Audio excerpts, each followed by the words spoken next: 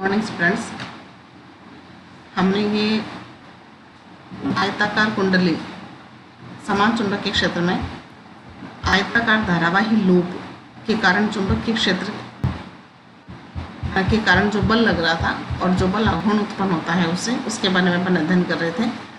उसमें अपन ने एल लंबाई की एक और बी चौड़ाई की कोई आयताकार धारावाही कुंडली या धारावाही लूप हमने लिया है PQRS, जिसको हमने समचुंबकीय क्षेत्र B में और कोण थीटा पर हमने रख रखा है। ये अपन ने पढ़ा था। और इसमें P से Q तक, Q से R तक, R से S तक और S से फिर वापस P तक, इस प्रकार से पूरे लूप में धारा प्रवाहित होती है। और जब किसी भी तार में चुंबकीय क्षेत्र के अंदर धारा प्रवाहित होती है तो हम जानते हैं कि उस पर बल लगता है। उसका भी अपन ने अध्ययन किया था। RS जो तार है, इस RS तार पर धारा की दिशा देखिए ऊपर की ओर है। ऊपर की ओर है तो बल की दिशा पृष्ठ के लंबवत अंदर की ओर होगी। ये बात मैंने आपको बताई थी। सात के नियमानुसार इस प्रकार से चुंबकीय क्षेत्र की दिशा इधर है, धारा ऊपर की ओर प्रवाहित हो रही है तो बल अंदर की ओर लगेगा। ठीक उसी प्रकार PQ तार पर धारा की दिशा नीचे की ओर है, चुंबकीय क्षेत्र की दिशा वही है N से S की ओर। तो इसमें जो तार पर बल लगेगा वो ऊर्ध्वाधर बाहर की ओर लगेगा, F1 और F3। इसी प्रकार SP जो तार है उसमें भी धारा I प्रवाहित हो रही है और इस पर जो बल लगेगा वो ऊपर की ओर लगेगा। जैसे कोई भी वायर है, ये वायर है, इस पर ऊपर की ओर जो बल लग रहा है। और इसी प्रकार जो RQ तार है ये वाला, इस पर ऊर्ध्वाधर नीचे की ओर बल लग रहा है। तो इन चारों बलों में F2 और F4 जो है उसकी क्रिया रेखा समान है, इसलिए परिणामी बल तो शून्य होगा ही। परिणामी बल के साथ साथ इसका जो आघूर्ण है, बल आघूर्ण है, वो भी शून्य होगा। अर्थात इन दोनों के प्रभाव में यह कुंडली, जैसे मैंने कल आपको बताया था, ये कुंडली हमने कुंडली ली थी, ये कुंडली हमने ली थी कल। और ऊपर की ओर लगने वाला बल और नीचे की ओर लगने वाला बल एक ही क्रिया रेखा पर है, इसलिए कुंडली ऐसे नहीं घूमेगी। इस प्रकार से कुंडली नहीं घुमाएंगे, ठीक है। क्यों? क्योंकि क्रिया रेखा समान है तो बल शून्य होने के, बल तो शून्य होगा क्योंकि परिमाण समान है और विपरीत दिशा में बल लग रहा है, इसलिए परिणामी बल शून्य ही होगा। लेकिन कोई भी बल आघूर्ण उत्पन्न नहीं होगा। बल आघूर्ण उत्पन्न कब होता है?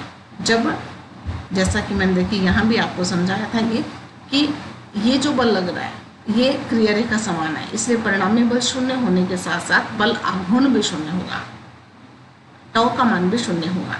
लेकिन ये दोनों जो तार हैं RS और PQ, इन दोनों तारों में बल के परिमाण समान है, दिशा इनकी विपरीत है, तो परिणामी बल शून्य होगा, लेकिन इनका जो आघूर्ण है वो शून्य नहीं होगा, ठीक है। क्यों आघूर्ण शून्य क्यों नहीं होगा? क्योंकि इसकी क्रिया रेखा देखिए, इस बल की क्रिया रेखा ये है, ये जो बल लग रहा है इसकी क्रिया रेखा ये है, ठीक है ना। तो दोनों की क्रिया रेखा अलग अलग है और दोनों की क्रिया रेखा के मध्य लंबवत दूरी प्राप्त हो रही है। तो ये लंबवत दूरी प्राप्त होने के कारण इस पर परिणामी बल शून्य होने पर भी टॉर्क उत्पन्न होगा, एक बल आघूर्ण उत्पन्न हो जाएगा। तो इनका बल आघूर्ण शून्य नहीं होगा, परिणामी बल का मान शून्य होगा, बल आघूर्ण शून्य नहीं होगा। दोनों आप शब्दों पर ध्यान दीजिए, समझ में आया? तो जब इसका इस पर बल लग रहा है उधर और इस पर बल लग रहा है इधर, तो ये कुंडली यूं घूमेगी ऐसे, ठीक है। तो बात समझ में आ गई? तो लंबवत दूरी जब होती है तब आघूर्ण शून्य नहीं होता, लेकिन बल का जो मान है, परिणामी बल जो है वो शून्य होगा। तो हमने यहाँ पर ये पढ़ा था,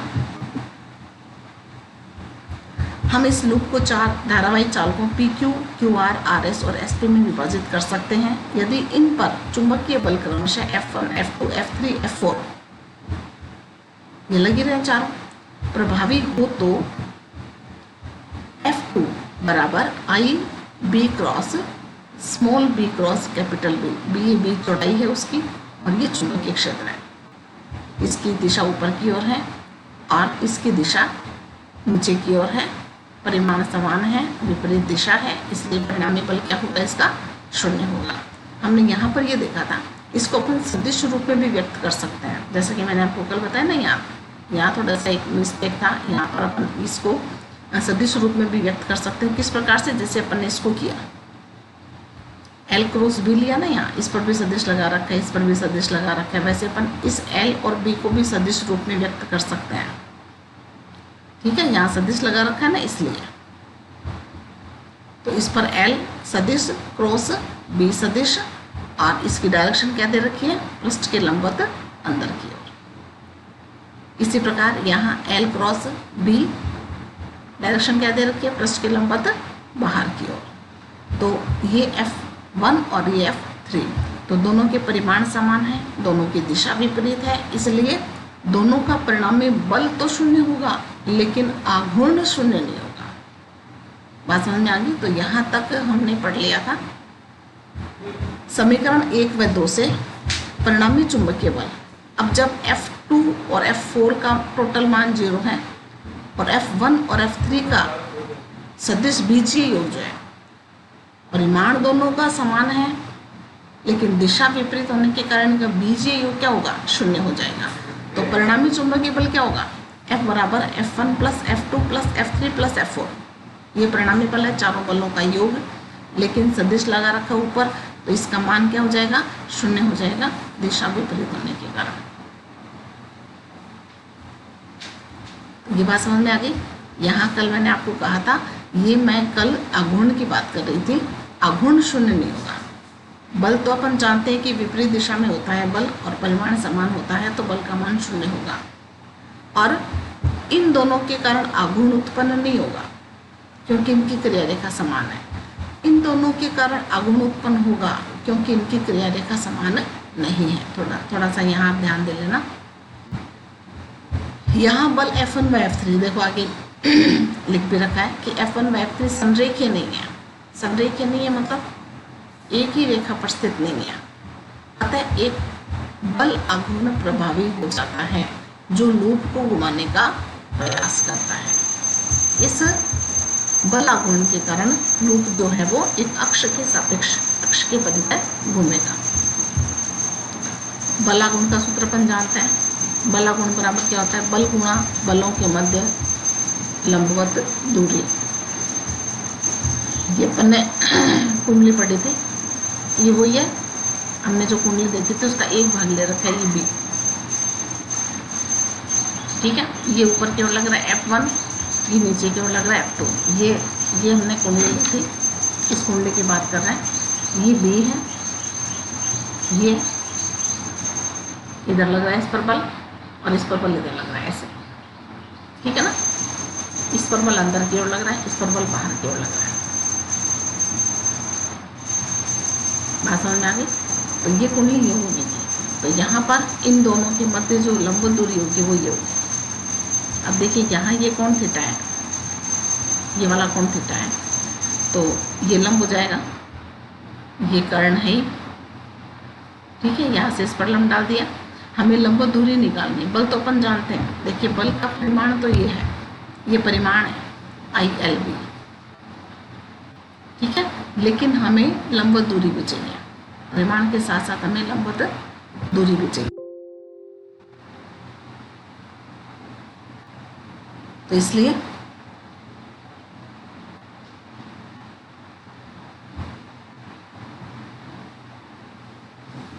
लंबवत दूरी ज्ञात करने के लिए हम क्या करेंगे, लंब डालेंगे। तो ये मैंने आपको बता दिया कि यहाँ पर आघूर्ण ज्ञात करेंगे अपन, और F1 व F3 संरेखीय नहीं है, अतः बल आघूर्ण प्रभावी हो जाएगा जो लूप को घुमाने का प्रयास करता है। बल आघूर्ण बराबर बल गुणा बलों के मध्य लंबवत दूरी है। लंबवत दूरी हमें ज्ञात करनी है, बल हमें दे रखा है। तो लंबवत दूरी ज्ञात करने के लिए हमने क्या किया, देखो यहाँ से इस पर लंब डाला ऐसे, ये 90 डिग्री का कोण बन गया और ये समकोण त्रिभुज है। इस समकोण त्रिभुज में देखिए यहाँ पर B दिखा रखा है, ये B शो कर रखा है, सबको दिख रहा होगा। ये बी है, ये चुंबकीय क्षेत्र की दिशा है और ये क्षेत्रफल की दिशा है। ये ए जो दिखा रखा है क्षेत्रफल की दिशा है। क्षेत्रफल की दिशा हमेशा पृष्ठ के लंबवत होती है। क्षेत्रफल की दिशा हमेशा पृष्ठ के लंबवत होती है, इस प्रकार से ऐसे। ठीक है, तो देखिए ये चुंबकीय क्षेत्र की दिशा इधर है और चुंबक पृष्ठ की दिशा इधर है, तो दोनों के मध्य कोण थीटा बन गया। ये कोण थीटा बना हुआ है, तो ये हम लंब निकाल सकते हैं आसानी से। साइन थीटा बराबर क्या होता है, लंब बटे कर्ण, और यहाँ से ये आ जाएगा लंब बराबर कर्ण साइन थीटा, और कर्ण हमारे पास में कितना है बी, तो बी साइन थीटा आ जाएगा। ये क्लियर है। तो यहाँ पर टो बराबर बल गुण क्या होगा, टो। टो बराबर बल का मान कितना है, ILB गुणा बलों के मध्य लंबवत दूरी। लंबवत दूरी कितनी है, B साइन थीटा। ठीक है, IL गुणा B। L क्या है, लंबाई, B क्या है, चौड़ाई। ये लंबाई गुणा चौड़ाई, ये क्या बन जाएगा, क्षेत्रफल बन जाएगा। ये B चुंबकीय क्षेत्र है और ये साइन थीटा। ये देखिए L गुणा B जो है वो A लूप का क्षेत्रफल है। तो टो बराबर IAB साइन थीटा, ये बल आघूर्ण का फॉर्मूला निकल आया। तो आयताकार कुंडली वाला जो बल आघूर्ण है उसके द्वारा बल और बल आघूर्ण अपन किस प्रकार से ज्ञात करते हैं, ये भी इम्पोर्टेंट है, एग्जाम में आता है बहुत बार। n फेरों के लिए, ये तो अपन ने एक फेरे के लिए बढ़ाया कि कुंडली के अपन ने एक बार तार लपेट रखा है। अगर n फेरे हों तो n फेरों के लिए क्या जाएगा, NIAB साइन थीटा, n से गुणा हो जाएगा। अब यहाँ देखिए n जो है फेरों की संख्या वो कांस्टेंट है। हम जानते हैं कि एक बार अपन ने 10 लपेटे लगा के उसके ऊपर, तो n का मान 10 हो गया। हमने जो आयताकार कुंडली, ये जो आयताकार कुंडली एक बार उसके अंदर लगा दी, इसका क्षेत्रफल, इसका ये जो क्षेत्रफल है ये फिक्स है, क्षेत्रफल नहीं बदलेगा इसका, तो ए बी फिक्स हो गया। बी क्या है, यहाँ पर चुंबकीय क्षेत्र है। चुंबकीय क्षेत्र हमने तो दो साइड में चुंबक लगा रखे हैं, तो वो भी फिक्स है, उसको भी अपन चेंज नहीं करेंगे। तो यहाँ पर बदलेगा क्या, बदल क्या सकती है, धारा बदल सकती है। हम जो इस तार में धारा प्रवाहित करवाते हैं उसका मान बदल सकता है। ठीक है, तो टो जो है, बल आघूर्ण जो है वो धारा के समानुपाती होता है। हम इस कुंडली में जितनी ज़्यादा धारा प्रवाहित करवाएंगे यह कुंडली उतनी ही ज़्यादा घूमेगी। ठीक है ना। स्पष्ट है कि आयताकार धारावाही लूप पर अब हमने जो डेरिवेशन पढ़ा उसमें कुछ जो चीज़ें हमें पता चली, कुछ सामने आई, वो ये है। नंबर 1, कार्यरत परिणामी चुंबकीय बल का मान 0 होगा। 4 जो बल लग रहे हैं, चारों का बीजीय योग जो है वो 0 होगा। क्यों? क्योंकि दो जो बलों के जोड़े हैं वो परस्पर समान परिमाण के हैं और विपरीत दिशा में लगते हैं, इसलिए परिणामी बल क्या हो जाएगा, 0 हो जाएगा। कार्यरत बल आघूर्ण का मान धारा I के समानुपाती होता है। ये टॉ जो है वो धारा का जो मान है I उसके समानुपाती होगा। धारामापी प्रेरणी मोटर इसी सिद्धांत पर कार्य करते हैं। धारामापी अपन आगे पढ़ेंगे, प्रेरणी मोटर अपने कोर्स में नहीं है।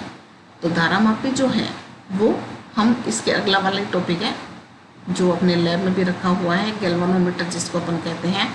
अपन ने पीछे भी पढ़ा था धारामापी, विभवमापी वाला जो चैप्टर था उसमें अपन ने धारामापी पढ़ा था कि धारामापी में विक्षेप प्राप्त होता है।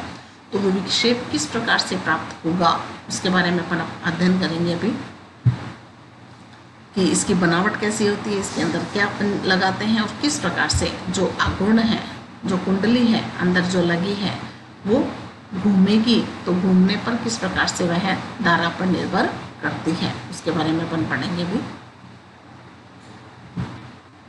तीसरा जो बिंदु है वो है बल आघूर्ण का व्यंजक आयताकार लूप के लिए प्राप्त किया गया है, परंतु यह सभी आकार के धारावाही लूप के लिए मान्य है। ऐसा कोई जरूरी नहीं है कि आयताकार लूप ही होना चाहिए। ठीक है ना, तो किसी भी आकृति का लूप हो सकता है। तो ये तो था आयताकार कुंडली में बल किसी भी आयताकार कुंडली, धारावाही आयताकार कुंडली को चुंबकीय क्षेत्र में रखने पर उस पर बल किस प्रकार से लगते हैं और किस प्रकार से आघूर्ण उत्पन्न होते हैं, किन बलों के कारण आघूर्ण उत्पन्न होंगे। ठीक है, तो ये आप नोटबुक में लिख लेना। अगला वाला जो बिंदु है वो है धारामापी, जो अपने प्रयोगशाला में भी अपन काम में लेते हैं। वह युक्ति जो धारा प्रवाह प्रदर्शित करती है अथवा धारा का मापन करती है धारामापी कहलाती है। जैसा कि नाम से ही पता लग रहा है, धारामापी, ठीक है ना, ऐसा उपकरण जिससे धारा का मापन किया जाता है और हमें धारा की जो किस डायरेक्शन में धारा प्रवाहित हो रही है, क्लॉकवाइज धारा प्रवाहित हो रही है या एंटी क्लॉकवाइज धारा प्रवाहित हो रही है। अपन सेल की ध्रुवता अगर बदल दें तो विक्षेप की दिशा बदल जाती है। एक तरफ अगर बाईं तरफ विक्षेप आ रहा था तो दूसरी बार विक्षेप दाईं ओर आएगा। ठीक है ना, तो वो यहाँ विक्षेप की दिशा भी प्रदर्शित करती है। धारामापी धारा मापने के साथ साथ धारा की जो विक्षेप की जो दिशा है वो भी हमें ज्ञात करवाती है। यह इस सिद्धांत पर आधारित है कि बल आघूर्ण टॉ जो है वो धारा के समानुपाती होता है। हम जितनी ज़्यादा धारा प्रवाहित करवाएंगे विक्षेप उतना ही ज़्यादा आएगा। ठीक है, जो इसके अंदर संकेतक लगा हुआ है, धारामापी का जो संकेतक है वो बिल्कुल मध्य में होता है, बिल्कुल बीच में होता है। ठीक है, जो अपन धारा प्रवाहित करवाते हैं तो वो विक्षेप हो जाता है, उसमें विक्षेप आ जाता है। जब धारा का मान अपन ज़्यादा प्रवाहित करवाएंगे तो क्या होगा, विक्षेप और ज़्यादा आ जाएगा। ठीक है, तो हम कह सकते हैं कि ये अपन ने आगे पीछे देखा भी था, अभी अपन ने किया था कि जो बलागुण है वो धारा के समानुपाती होगा। अब जो धारामापी है वो दो प्रकार के होते हैं, एक तो है चल कुंडली धारामापी और एक होता है चल चुंबक धारामापी। पहला है चल कुंडली धारामापी। वह कुंडली धारामापी जिसमें कुंडली घूमने के लिए स्वतंत्र हो चल कुंडली धारामापी कहलाती है। जितनी ज़्यादा धारा इसमें अपन प्रवाहित करवाएंगे वो उतनी ज़्यादा घूम जाएगी, घूमने के लिए स्वतंत्र होती है, तो उसको अपन क्या कहेंगे, चल कुंडली धारामापी कहते हैं। ये निम्न दो प्रकार की होती है। धारामापी दो प्रकार के होते हैं, चल कुंडली धारामापी और चल चुंबक धारामापी। जिसमें से पहला चल कुंडली धारामापी है, वह भी दो प्रकार का होता है। एक तो है निलंबित कुंडली धारामापी और एक है किलकित कुंडली धारामापी। निलंबित कुंडली धारामापी और एक है किलकित कुंडली धारामापी। इन दोनों में से जो किलकित कुंडली धारामापी है उसको अपन प्रयोगशाला में काम में लेते हैं। ठीक है, प्रयोगशाला में हमारे दोनों प्रकार की कुंडलियाँ काम में नहीं आती। इनमें से अपन एक कुंडली काम में लेते हैं। एक कुंडली जो है, एक धारामापी, एक जो धारामापी का एक प्रकार है कुंडली चल कुंडली धारामापी में, उसमें एक में समतल दर्पण लगा रहता है। वो समतल दर्पण वाला जो धारामापी है उसको हम प्रयोगशाला में काम में नहीं लेते। तो हम सबसे पहले पढ़ेंगे निलंबित कुंडली धारामापी। वह चल कुंडली धारामापी जिसमें कुंडली को निलंबित किया जाता है। निलंबित करने का मतलब लटकाया जाता है। ठीक है, किसी एक ऊपर किसी आधार पर, किसी बिंदु पर, निलंबन बिंदु पर उसको कुंडली को लटकाया जाता है, तो उसे अपन क्या कहेंगे, निलंबित कुंडली धारामापी। इसका नाम क्या है, निलंबित कुंडली धारामापी। मतलब लटकी हुई जो कुंडली है वो निलंबित कुंडली कहलाती है। सिद्धांत इसका वही है जो धारामापी का सिद्धांत है।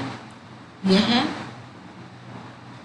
इस सिद्धांत पर आधारित है कि बल आघूर्ण टॉ धारा I के समानुपाती होता है, अर्थात टॉ समानुपाती I।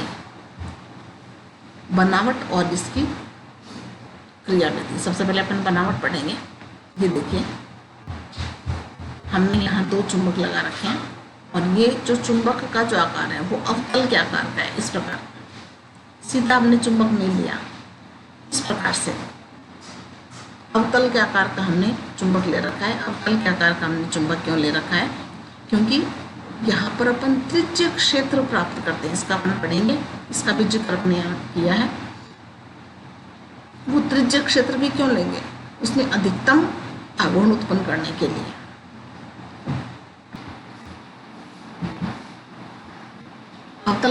अवतलाकार का हमने यहाँ पर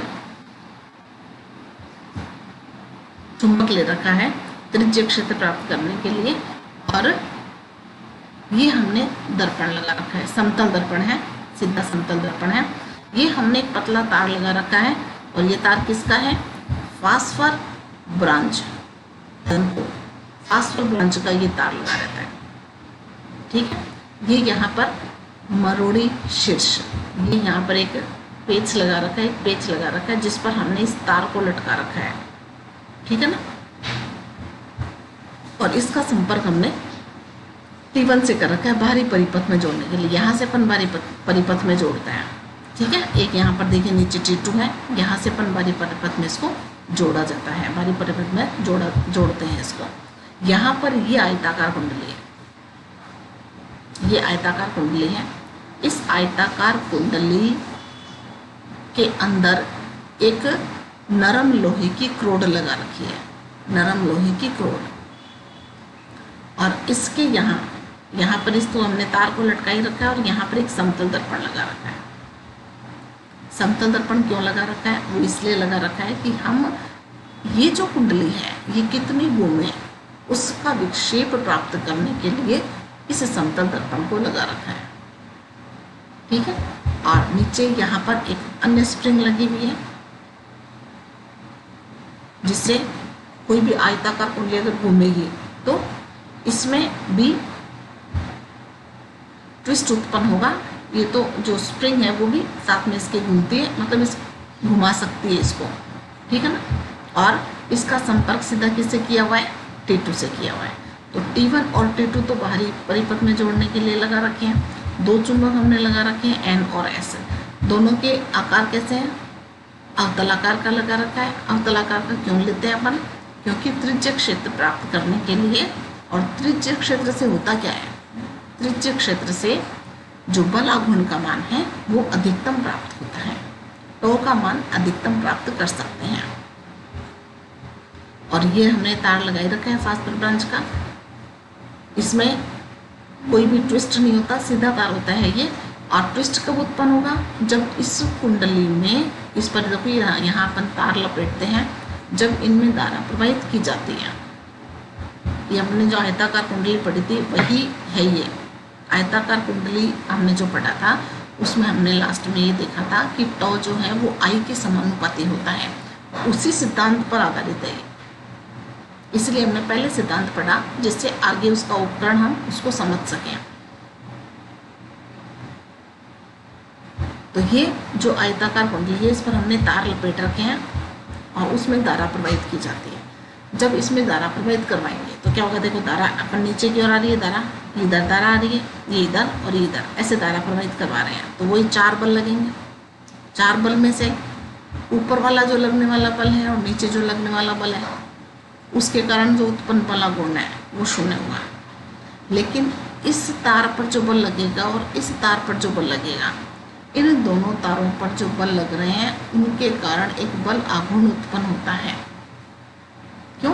क्योंकि कुंडली को, जैसा कि मैंने पहले बताया, सेम ही बात है। यहाँ से इसको ये हो जाएगा, नहीं हो जाएगा, ऐसे ऐसे घूमेगी। जब ऐसे घूमेगी तो इसके ऊपर यहाँ पर एक दर्पण लगा है, समतल दर्पण। तो आप सोचिए कि जब ये कुंडली घूमेगी तो इसके साथ ही दर्पण भी घूमेगा। ठीक है ना, तो दर्पण कितना घूमा उससे अपन विक्षेप प्राप्त कर सकते हैं। समतल दर्पण के विक्षेप किस प्रकार से प्राप्त किया जाएगा वो भी आप देख लीजिए। समतल दर्पण में परावर्तन होता है ना। तो आपतित किरण जब किसी भी समतल दर्पण पर आपतित होती है तो वह दर्पण से टकराकर वापस परावर्तित होती है। ठीक है, तो इस दर्पण के ठीक सामने यहाँ स्केल लगा रहता है। उस स्केल पर अपन मापन करते हैं कि हमने कितने कोण पर किरण को आपतित करवाया और वो कितने कोण पर परावर्तित हुई। कहाँ पर परावर्तित हुई, कितनी दूरी पर परावर्तित हुई। आपतित किरण और परावर्तित किरण में कितनी दूरी है, इस प्रकार से अपन मेजरमेंट कर सकते हैं कि वह कितना विक्षेपित हुआ है, कितनी घूमी है कुंडली। पहले यहाँ थी और फिर अगर ये यूँ घूमे तो ये कितनी कोण पर घूमी है, हम कोण ज्ञात कर सकते हैं उससे। बात समझ में आ गई।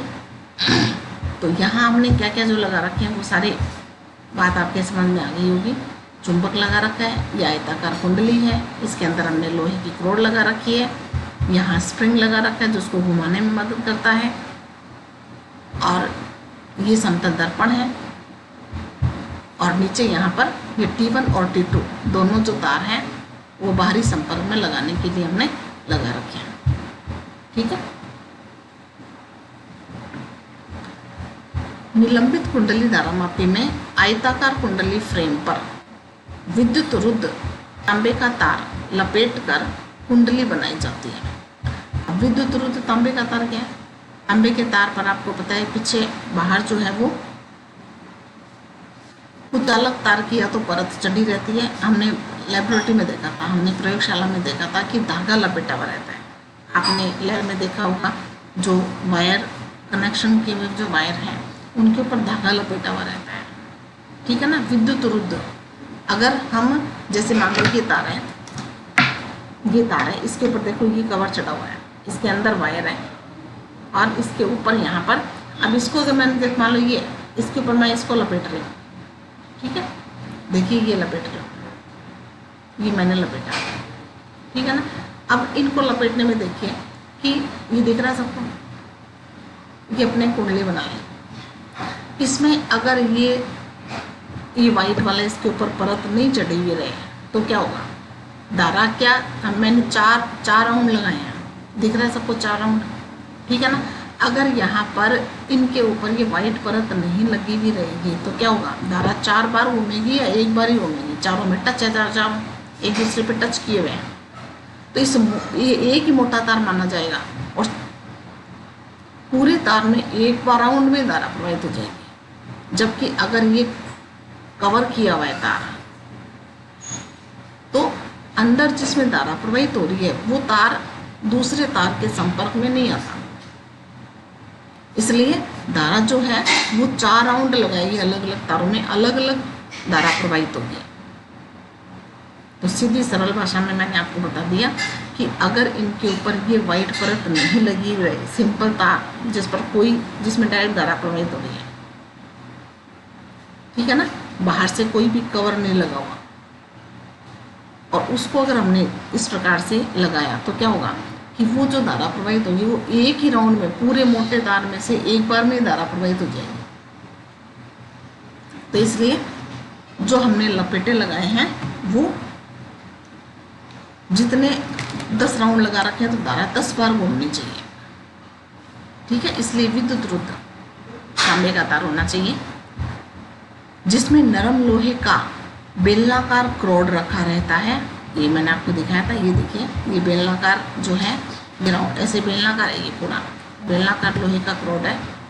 कुंडली का ऊपरी सिरा फास्फर ब्रांच के पतले तार द्वारा मरोड़ी टोपी से संबद्ध होता है।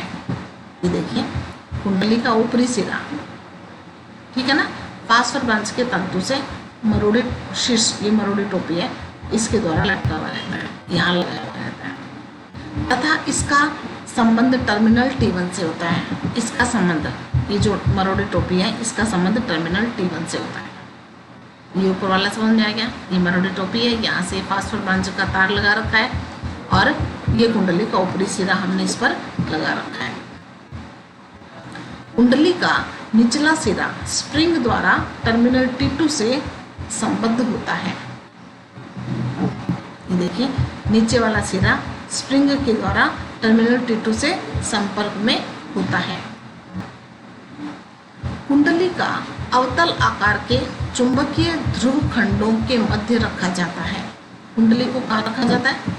इस कुंडली को हमने कहाँ रखा?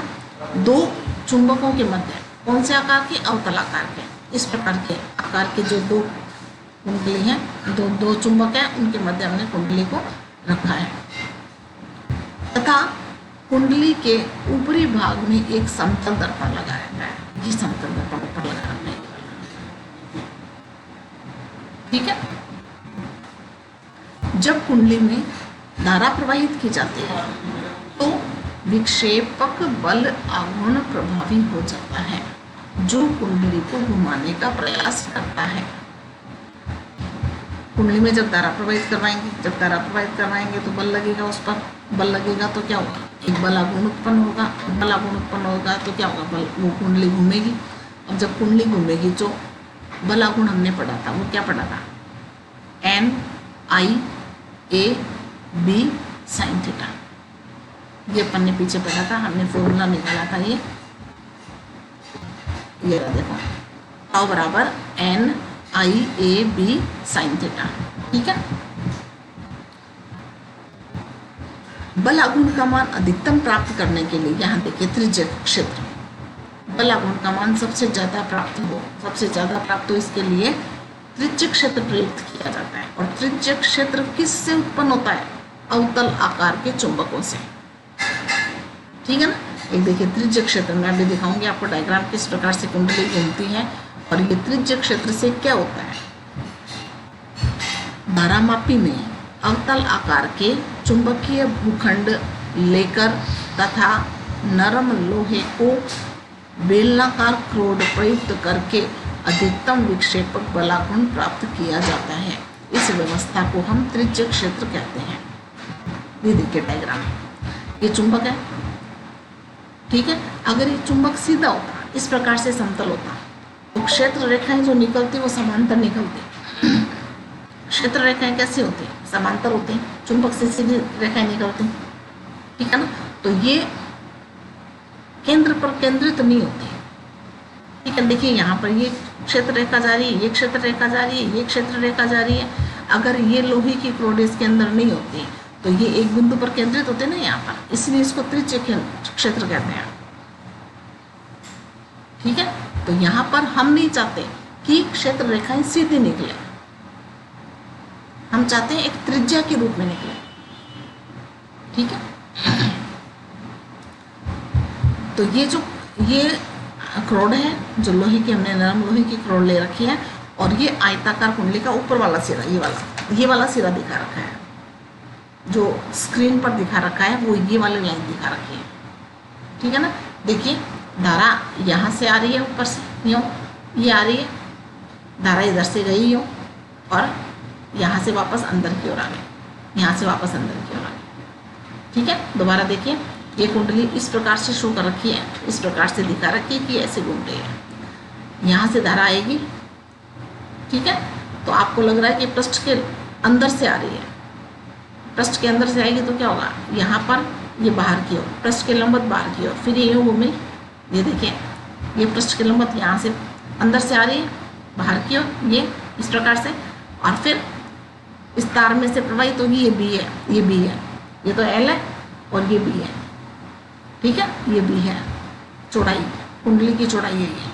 धारा इस प्रकार से गई, ये देखिए इस प्रकार से आई धारा, और फिर यहाँ से अंदर की ओर गई, धारा इस प्रकार से आई और इस प्रकार से अंदर की ओर, पृष्ठ के लंबवत अंदर की ओर। बात समझ में आ गई होगी, ठीक है। तो यहाँ पर तो देखिए डॉट दिखा रखा है, डॉट दर्शा रखा है। डॉट क्यों दर्शा रखा है कि पृष्ठ के लंबवत बाहर की ओर धारा आ रही है, फिर यूँ जा रही है और फिर वापस पृष्ठ के लंबवत अंदर की ओर, ये क्रॉस दिखा रखा है यहाँ। तो ये क्रॉस और डॉट किसके लिए है, धारा के लिए, धारा की दिशा को व्यक्त करने के लिए। समझ में आ गई ये बात। ये बी दे रखा है, ये चौड़ाई है कुंडली की। अब जो बल लग रहा है देखो यहाँ पर, ये इस पर बल लगेगा ऊपर की ओर, इसको यूँ घुमाएगा और इसको यूँ घुमाएगा, कुंडली यही तो घूम रही है, ठीक है ना। हमने इसको कुंडली को ऐसे लिया था, ये यूँ घूम रही है ऐसे, ठीक है ना। अगर ऐसे लेंगे तो ये यूँ घूमेगी, या तो ऐसे घूमेगी या ऐसे घूमेगी, वो धारा पर निर्भर करता है कि धारा किस प्रकार से प्रवाहित करवा है, ठीक है। तो अपन यूँ मानते हैं कि कुंडली ऐसे घूम रही है, मान लो तो इस पर बल लग रहा है ऊपर की ओर, इस पर बल लग रहा है नीचे की ओर, ठीक है। तो कुंडली का जो क्षेत्रफल है और कुंडली का जो क्षेत्रफल है वो, और इस चुंबकीय क्षेत्र में देखिए इनमें हमेशा ये लंबवत बल लग रहा है, 90 डिग्री का कोण बनेगा, एंगल जो बनेगा कोण जो बनेगा, थीटा जो बनेगा वो 90 डिग्री का होगा। किस किस के मध्य कोण हमने किस किस के मध्य लिया था? चुंबकीय क्षेत्र B और कुंडली के क्षेत्रफल A के मध्य हमने जो कोण थीटा लिया था। देखिए मैं दोबारा आपको बता दूं, यहाँ पे हमने यहाँ पढ़ा था ये थीटा किस किस के मध्य है? B और A के मध्य। यहाँ देखिए ये A है, क्षेत्रफल है कुंडली का, और ये B चुंबकीय क्षेत्र है। तो क्षेत्रफल और चुंबकीय क्षेत्र B के मध्य ये कोण थीटा, ये कितना होगा? 90 डिग्री। 90 डिग्री कब होगा? जब हम त्रिज्य क्षेत्रखंड लेंगे तब। अगर क्षेत्र रेखाएं सीधी होंगी तो देखिए यहाँ ये 90 डिग्री का कोण बन रहा है क्या? नहीं बन रहा ना। चुंबकीय क्षेत्र जब त्रिज्य होगा तभी हमेशा कुंडली का जो क्षेत्रफल है वो B के लंबवत रहेगा। तो इस कोण थीटा को 90 डिग्री करने के लिए ही हमने चुंबक का आकार कैसा लिया है? अवतलाकार लिया है। बात समझ में आ गई?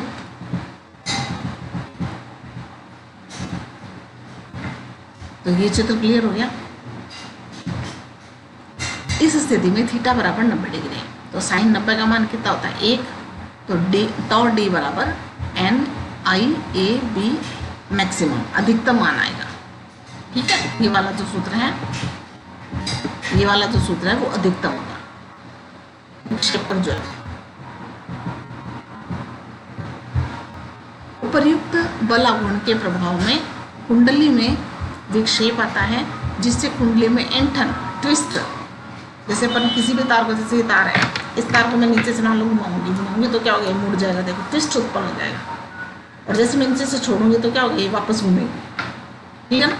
तो एक ट्विस्ट उत्पन्न हो जाता है। ठीक है ना? जैसे कोई रस्सी है, इस एक रस्सी के एक सिरे को हमने पकड़ रखा है, दूसरे से हमने इसको घुमाया। घुमाने पे क्या होगा कि इसमें एक ट्विस्ट उत्पन्न हो जाता है, ऐंठन उत्पन्न हो जाती है। और जैसे अपन उसको घुमाते रहेंगे तो एक स्थिति क्या आएगी कि वापस ये घूमने का प्रयास करेगा उल्टी दिशा में। परिणाम स्वरूप विरोधी प्रत्यानयन बल आघूर्ण टाउ टी प्रभावी हो जाता है, जो विक्षेप फाई के समानुपाती होता है। तो ये कौन सा है? ये प्रत्यानयन बल आघूर्ण है। कुंडली जब घूमेगी तो क्या होगा? ऊपर जो तार है उसमें ट्विस्ट उत्पन्न हो जाएगा। ट्विस्ट उत्पन्न हो जाएगा तो क्या होगा? वह ट्विस्ट जो है वो एक निश्चित दिशा के बाद, निश्चित सीमा के बाद इस कुंडली को वापस घुमाने का प्रयास करेगी, वापस मूल स्थिति में लाने का प्रयास करेगी। ठीक है ना? जिसको अपन कहते हैं प्रत्यानयन बल। ये किस पर निर्भर करेगा? फाई पर। जितनी ज़्यादा कुंडली घूमेगी प्रत्यानयन बल उतना ही ज़्यादा लगेगा। यहाँ पर इसको समानुपाती के चिन्ह को जब हटाया तो कितना लगा दिया हमने? C लगा दिया, कांस्टेंट, स्प्रिंग नियतांक जिसको अपन कहेंगे। ठीक है, तो आज के लिए इतना काफ़ी है। इसको पढ़ें और नोट्स ज़रूर आप बनाते रहें। धन्यवाद।